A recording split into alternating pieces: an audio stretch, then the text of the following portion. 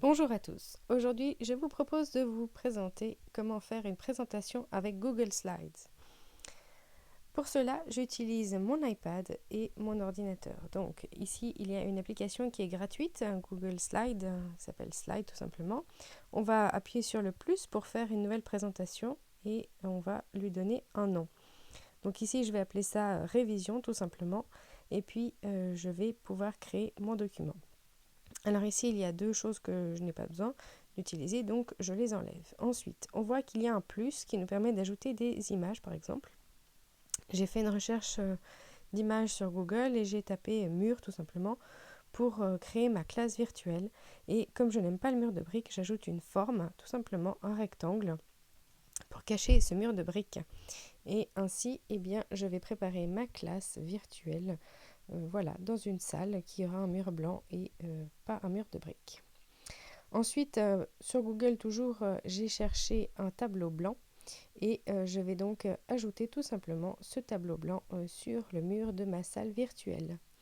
Voici donc ma salle est prête et c'est tout ce que j'ai besoin pour créer mon ambiance. Donc maintenant, j'ai l'application Bitmoji qui me permet d'ajouter donc ces petits personnages à mon effigie. Chacun peut donc créer son propre personnage. L'application est gratuite et on rajoute ceci sous un clavier comme on aurait ajouté le clavier anglais, français, italien, etc. Donc maintenant, je cherche une inspiration. Quel est celui qui donnera le ton au début de ma présentation?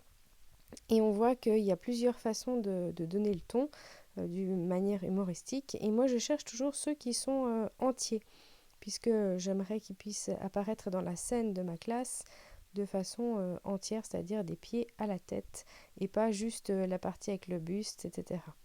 Et donc, on peut taper un mot-clé si on veut une ambiance particulière, un mot qui apparaisse.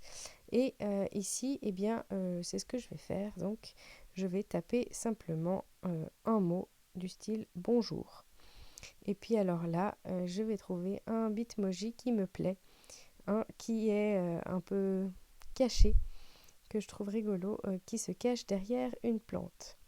Donc ici, il faut simplement le sélectionner, il se copie et après il faut aller copier le bitmoji et il apparaît. Après évidemment, on le replace comme on veut, on peut le redimensionner et puis on peut ajouter ce qu'on a envie. Alors moi, pour écrire dans mon tableau blanc, j'utilise une autre application qui s'appelle Procreate. Cette application est payante et on peut s'amuser à faire plein de choses. Donc ici, je ne voulais pas faire un cours sur Procreate, mais simplement vous expliquer comment je procède pour créer ce type de cours. Comment on écrit sur le tableau blanc? Eh bien simplement, je vais écrire ici ce que j'ai envie d'écrire avec mon stylet. Donc c'est très facile puisque c'est comme si j'étais en classe. Donc écrire sur un tableau, eh bien ça apparaît comme ce que je vais projeter sur ce tableau blanc de ma classe virtuelle. Donc ici, mon écriture ne me convainc pas trop. Je vais voir si je peux trouver une autre façon de faire. Et donc, je choisis une écriture calligraphie pour pouvoir avoir une écriture un petit peu plus grosse et un petit peu plus personnalisée. Donc ici, je rajoute un calque puisque j'ai déjà écrit plusieurs choses que je ne veux pas perdre, mais pas besoin maintenant. Donc voilà, on révise. Et puis comme ça, on voit comment j'écris. Mais alors ici, je trouve que c'est un petit peu triste, ça manque de fantaisie. Donc ici, avec l'option verrouillage alpha, on va pouvoir écrire uniquement sur ce que j'ai écrit, c'est-à-dire que tout le reste n'existe pas. Alors là, ça met juste une petite ombre rose, donc j'ai décidé que je voulais un renforcement un petit peu plus fort. Et alors, je vais changer de stylo, prendre un truc qui s'appelle aérographie. Et alors là, ça colorie tout ce que j'écris, mais uniquement tout ce que j'écris. Alors ici, je m'amuse à faire un petit mélange de couleurs, simplement plein de couleurs fluo pour le peps, et comme ça, eh bien, ça donne quelque chose d'un peu plus sympathique. Quand je suis contente, j'appuie sur les deux boutons simultanément pour faire une photo, une capture d'écran comme on dit, et je redimensionne ça rapidement pour n'avoir qu'un fond blanc. Ainsi, ça me fera une image que je sauvegarde donc dans mes photos et dans mes Google Slides, je rajoute une image et je rajoute l'image que je viens de créer. évidemment qu'il faut la caler sur le tableau blanc. Et voilà, c'est prêt. Donc voilà ma première slide. Maintenant, j'aimerais en créer plusieurs, mais c'est compliqué ici depuis l'iPad, donc je passe à l'ordinateur. Donc ici, simplement si je clique un double clic, enfin un clic droit, pardon, et avec l'ordinateur, je peux dupliquer la même slide. Et alors là, je vais enlever ce que j'avais mis dans le tableau et je vais enlever mon Bitmoji. Et comme ça, je pourrais réécrire à chaque slide quelque chose de différent. Et donc, je duplique cette slide déjà toute prête à l'emploi, où j'ai juste mon tableau blanc et ma salle de classe virtuelle. Et comme ça, je n'aurai plus qu'à rajouter donc les images que j'aurais envie d'ajouter. Voilà, donc ça c'est pour planter le décor.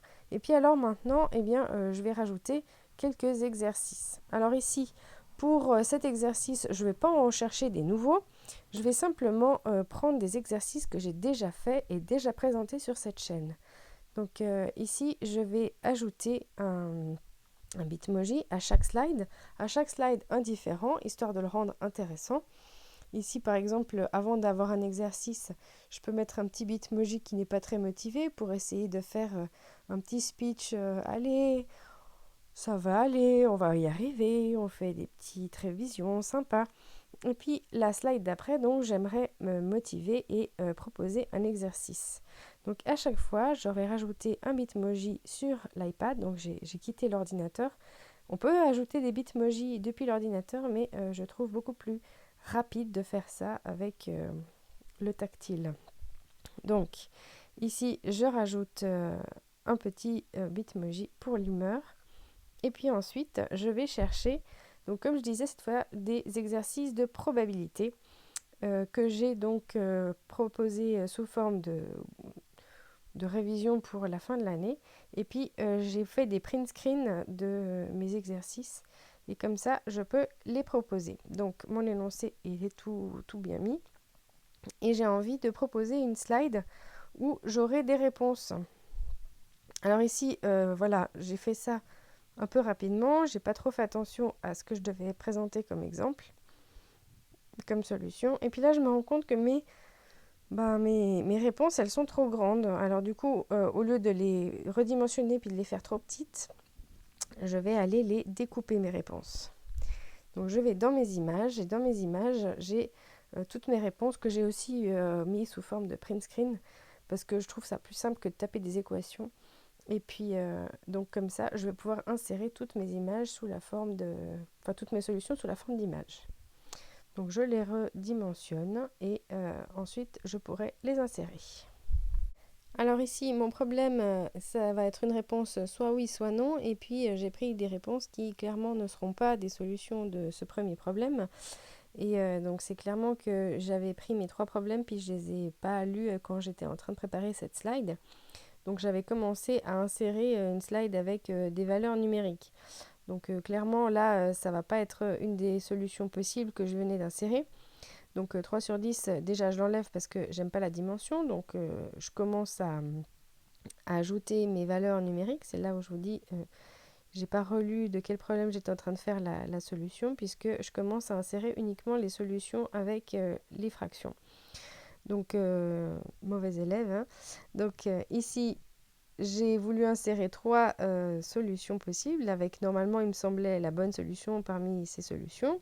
Je me mets un petit bitmoji du style oh là là, mais si on me met 3 solutions, ça me donne pas plus d'indications parce que je sais pas comment faire ce problème. Et finalement, je vais aller chercher la solution. Donc l'idée ici, c'est de gagner du temps et d'avoir une slide toute prête avec la solution qui est expliquée et justifiée. Donc ici, ce que je vais faire, c'est que je vais aller voir déjà si mon Bitmoji est bien sélectionné. Donc je mets le mode lecture. Donc là, je peux regarder en mode lecture qu'est-ce que ça donne. Puis là, je vois que mon Bitmoji ne couvre pas les solutions, donc ça va. Et donc, je vais aller chercher la solution. Donc, je quitte les slides pour pouvoir redimensionner gentiment les Bitmoji et les caler. Mais je vais quitter les slides pour aller dans GoodNote. GoodNote, c'est l'application où j'écris mes solutions, où j'écris mes cours, où je tiens mes polycopiés à noter et puis je peux les partager sur le Drive, etc. Donc ce document ici, je l'ai déjà utilisé pour un de mes cours en fin d'année. Donc je veux juste récupérer une solution ici. Par contre, j'aime pas trop que ma feuille elle soit quadrillée. Donc j'ai un menu ici sur GoodNote avec les 3 petits points qui me permettent de changer le modèle. Donc là, je peux choisir une feuille blanche et comme ça, j'ai pas mon quadrillage au dos de la feuille. Donc je peux faire un print screen pour garder ça. Et puis ici, donc, je vais de nouveau redimensionner ma photo puisqu'elle contient des bords qui ne m'intéressent pas. Et puis je veux avoir quelque chose d'assez propre pour pouvoir l'insérer. Alors ici, je commence par m'enlever les solutions qui ne seront pas les bonnes puisque là, j'ai revu mon énoncé puis je me suis dit, oups, c'était pas des valeurs numériques, mais soit oui, soit non, qu'il faut que je propose. Donc cette fois-ci, je change mes petites solutions et puis donc j'ajoute soit oui, soit non. Donc là, le Bitmoji, on voit qu'il est bien choisi parce que voilà, premièrement, on a le problème, puis deuxièmement, les deux possibilités, c'est quoi? C'est oui et c'est non, ouais, mais ça m'aide pas à ça. Et donc, pour la feuille d'après, donc la slide d'après, je vais ajouter ma feuille, donc, qui... attendez, il faut que je la redécoupe. Je ne l'ai pas découpée, évidemment. Donc, on va redécouper, histoire d'avoir juste ce qu'on a comme solution et correction, et pas plus que ce qu'on veut voir sur le tableau. Donc voilà, je redécoupe. Ça se fait depuis l'ordinateur évidemment, hein, mais ça prend un petit peu plus de manipulation je trouve. Donc là avec les deux mains ça va vite. Et on insère de nouveau donc une image, on la recadre sur le tableau blanc et tout va bien. On peut rajouter donc un Bitmoji avec la solution. Donc le Bitmoji se rajoute avec le mode ajouter du texte puisque c'est un clavier et donc là j'ai décidé de mettre un petit Bitmoji qui valide la solution tout simplement. Donc voilà, il faut coller et ça apparaît. Voilà, alors bon, pour le bien de cette présentation, je vais me faire encore une slide avec encore un problème et après comme ça, je pense que vous aurez compris comment faire. Donc comme ça vous explique comment on utilise ça par exemple pour faire une présentation qu'on peut après filmer, mettre sur YouTube, commenter ou alors présenter en vidéoconférence puisque quand on est en vidéoconférence, on doit parler pour expliquer et pour ne pas perdre de temps à expliquer, on peut simplement montrer les différentes pages et puis on peut partager ce document avec les élèves donc ils peuvent récupérer toutes les solutions après la vidéoconférence. Ils peuvent ainsi poser leurs questions au fur et à mesure. Donc là, c'est un des problèmes où il y avait mes 3 solutions que j'avais insérées trop tôt. Donc là, je vais insérer mes 3 solutions, dont une seule est la bonne. Et puis avec à chaque fois un petit Bitmoji pour dire quelle est la solution. Donc on rajoute avec le texte un Bitmoji. J'espère que cette présentation vous semble claire. Donc ici, il faut un petit peu chercher parmi les Bitmoji lequel vous plaît pas. Je trouve que de rajouter ces petits bonhommes là, ça rend un peu l'ambiance sympathique. On a envie de s'y mettre, il me semble. Hein. En tout cas, moi, je m'amuse bien à les mettre et puis à faire ces problèmes. Et donc l'idée ici, c'est de donner envie aux élèves. Et puis cette application est gratuite, donc elle est pratique à utiliser, pratique à partager les documents. Donc on peut les partager avant une séance ou bien après la séance. À vous de voir comment vous préférez. Et puis on peut réutiliser tous ces slides, donc en rajouter, en compléter. Et puis évidemment switcher à l'aide d'un iPad pratiquement donc d'une application à une autre. C'est très facile. Bon alors là, je l'aimais bien ce Bitmoji, mais comme il n'est pas entier, je trouve que ça n'a pas trop de sens de le mettre. Donc finalement, je vais changer de Bitmoji, d'image quoi. Et puis je vais en ajouter une qui serait entière. Donc il y en a, quand on attend, eh bien on peut mettre un petit Bitmoji pour signaler que c'est pas compliqué, tout va aller. Enfin essayer de donner un peu d'encouragement aux élèves pour montrer qu'il y a quelque chose à faire de sympathique. Et puis ensuite, on peut aller chercher de nouveau la solution pour le slide d'après. Et puis pareil, je vais changer donc le mode, puisque j'ai donc un quadrillage ici. que je ne veux pas voir apparaître derrière. Donc ici, on peut changer facilement, rapidement. Et là, par contre, je vais enregistrer cette image. Et comme ça, je n'aurai pas besoin de la recadrer puisqu'elle est déjà parfaitement bien cadrée. Et je vais donc l'enregistrer dans mes photos. Et il n'y aura que la page qui sera enregistrée, pas le cadre. Donc c'est là une manipulation qui fait gagner du temps si on fait comme ça au lieu de faire par print screen. Donc ici, je redimensionne mon histoire. Je rajoute encore une fois mon petit Bitmoji. Et puis ensuite, eh bien, j'arrive au bout de ma présentation.